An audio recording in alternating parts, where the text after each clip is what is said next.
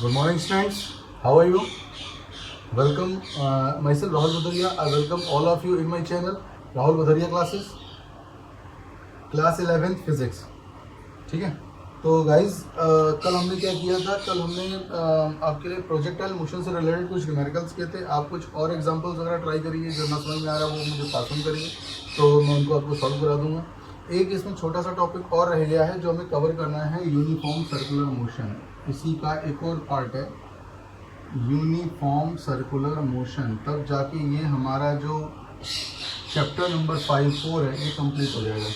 Uniform circular motion. देखिएगा, circular motion क्या होता है? सर्कुलर मोशन होता है जब भी कोई बॉडी किसी सर्कल पर यानी कि सर्कुलर ट्रैक पर, सर्कुलर पाथ पर कॉन्स्टेंटली मोशन करती है, लगातार सर्कुलर ट्रैक को फॉलो कर रही है, तो वो मोशन क्या कहलाता है? सर्कुलर मोशन कहलाता है.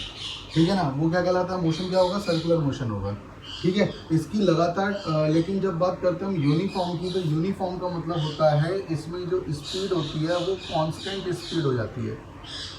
ठीक है. लेकिन एक बात समझने की और है कि जैसे इस पार्टिकल की डायरेक्शन, जैसे यहाँ भी अभी वो P1 पर है, तो इसकी जो डायरेक्शन है वो V1 है और V है, और अभी वो इस पॉइंट P2 पर आ जाएगा, तो यहाँ पर इसकी जो डायरेक्शन है वो मतलब वेलोसिटी है वो V है, और डायरेक्शन आपको दिख रहा होगा इस पॉइंट पर, यहाँ पर पॉइंट P3, और जो वेलोसिटी है वो क्या है आपके पास V, यानी कि V हो जाएगी, यानी कि वेलोसिटी सेम है. यूनिफॉर्म का मतलब अगर कोई बॉडी यूनिफॉर्म मतलब कांस्टेंट वेलोसिटी के साथ, कांस्टेंट स्पीड के साथ किसी सर्कुलर ट्रैक पर ट्रैवल कर रहा है, किसी सर्कुलर ट्रैक पे मूव कर रहा है, तो उसके मोशन को हम यूनिफॉर्म सर्कुलर मोशन कहते हैं.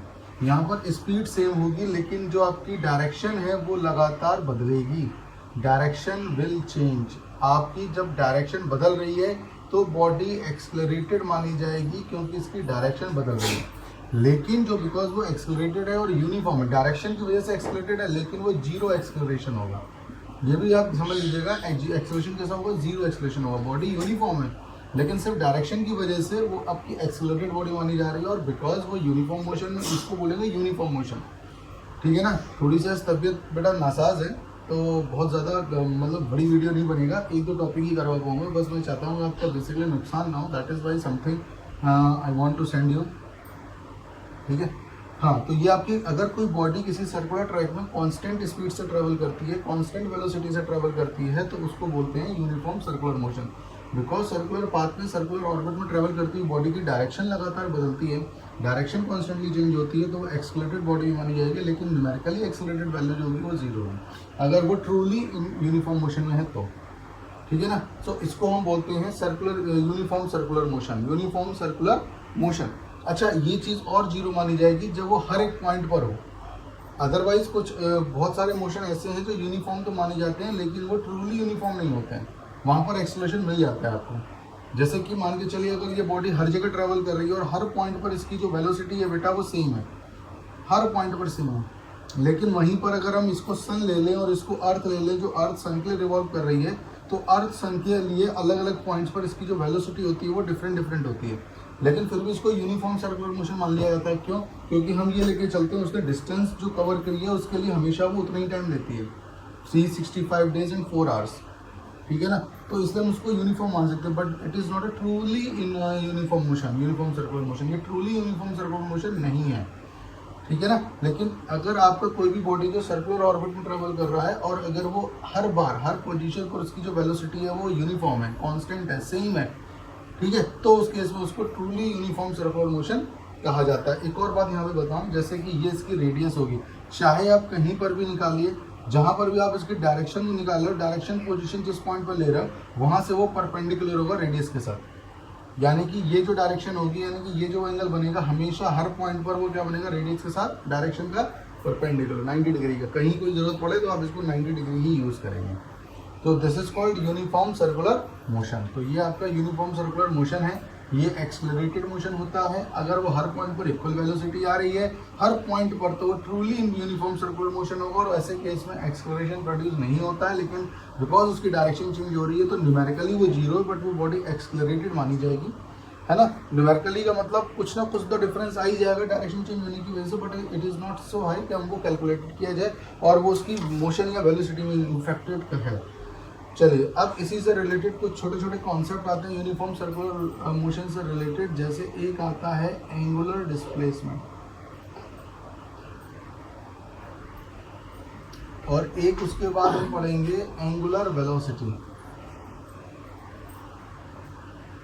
ठीक है, तो एंगुलर डिस्प्लेसमेंट क्या होता है देखिएगा। जैसे कि कोई बॉडी एक यूनिफॉर्म सर्कुलर मोशन में है, ये उसकी पोजीशन P1 है और थोड़ी देर बाद वो कहने का मतलब P2 पे चला जाता है और यहाँ पर उसने जो डिस्टेंस कवर करी है वो करी है डेल्टा एस, और यहाँ पर जो उसने टाइम लिया है बेसिकली यहाँ पे इसके लिए जो टाइम लिया है वो टाइम लिया है डेल्टा टी। ठीक है, ये डिस्टेंस है और ये जो रेडियस है आर है, इस दौरान उसने यहाँ पे जो एंगल फॉर्म किया है वो θ1 किया है। सपोज आप इसको θ1 मान लो, ठीक है ना। तो ये θ1 हुआ, थोड़ी देर बाद वो कहाँ पहुँच जाता है, P3 पर पहुँच जाता है और यहाँ से पूरा जो डिस्प्लेसमेंट है वो θ2 है।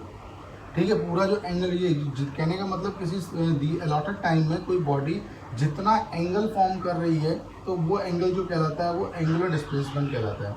अगर हम P2 से P3 के बीच का डिस्प्लेसमेंट निकालेंगे तो वो हो जाएगा θ2 माइनस θ1 यानी कि डेल्टा थीटा। और डेल्टा थीटा का मतलब यहाँ पे उसने डिस्टेंस कवर करी है S1 और यहाँ पे डिस्टेंस कवर करी है S2, तो वो बन जाएगा delta S2 upon delta S1 upon radius R।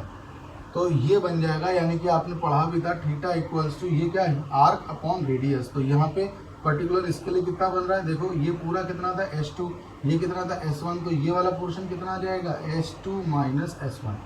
तो S2 माइनस S1 सीधा लगाओ तो ये आ जाएगा डेल्टा S अपॉन आर। तो ये कहलाया एंगुलर डिस्प्लेसमेंट। तो एंगुलर डिस्प्लेसमेंट का मतलब होता है कि angle formed by the body, moving body at the centre at it given time.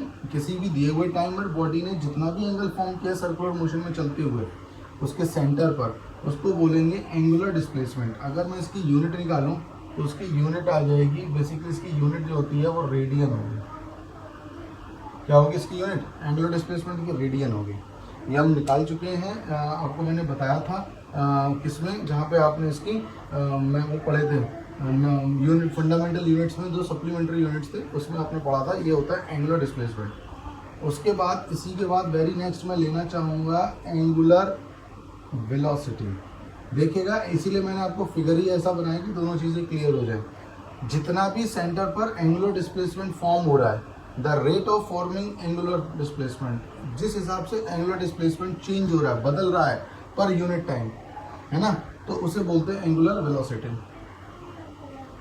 ठीक है ना, the rate of forming angular displacement per unit time.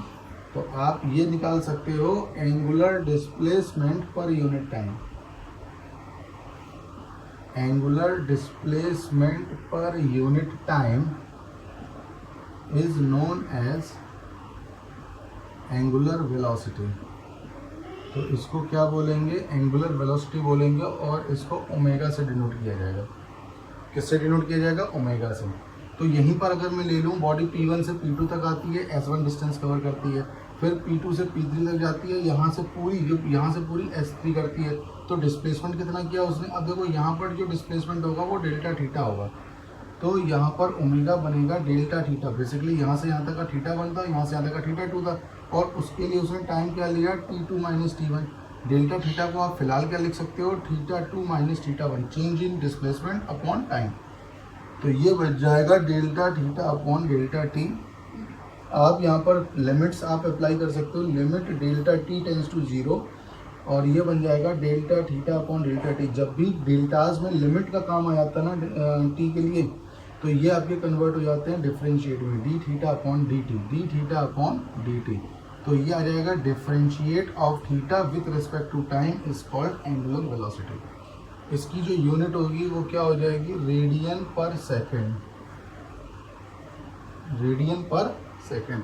तो ये था आपके सामने एंगुलर डिस्प्लेसमेंट। एंगुलर डिस्प्लेसमेंट क्या होता है, कोई भी सर्कुलर मोशन करती हुई बॉडी दिए हुए टाइम में आपका जितना एंगल फॉर्म कर रही है, केवल एंगल जो फॉर्म हो रहा है उसको बोला जाएगा एंगुलर डिस्प्लेसमेंट। और किस रेट के साथ फॉर्म हो रहा है वो बोलता है वेलोसिटी।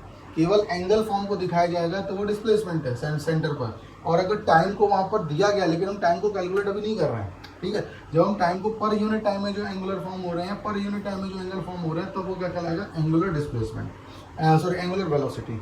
तो एंगुलर डिस्प्लेसमेंट को थीटा से और एंगुलर वेलोसिटी को ओमेगा से रिप्रेजेंट किया जाता है। ठीक है बेटा, आज मैं ज़्यादा लंबा वीडियो नहीं कर पाऊंगा, थोड़ी सी तबीयत बहुत ज़्यादा नासाज है, तो आज मैं फ्री रखता हूँ, कल इसके आगे कंप्लीट करेंगे, ठीक है। चलिए, ओके, बाय बाय।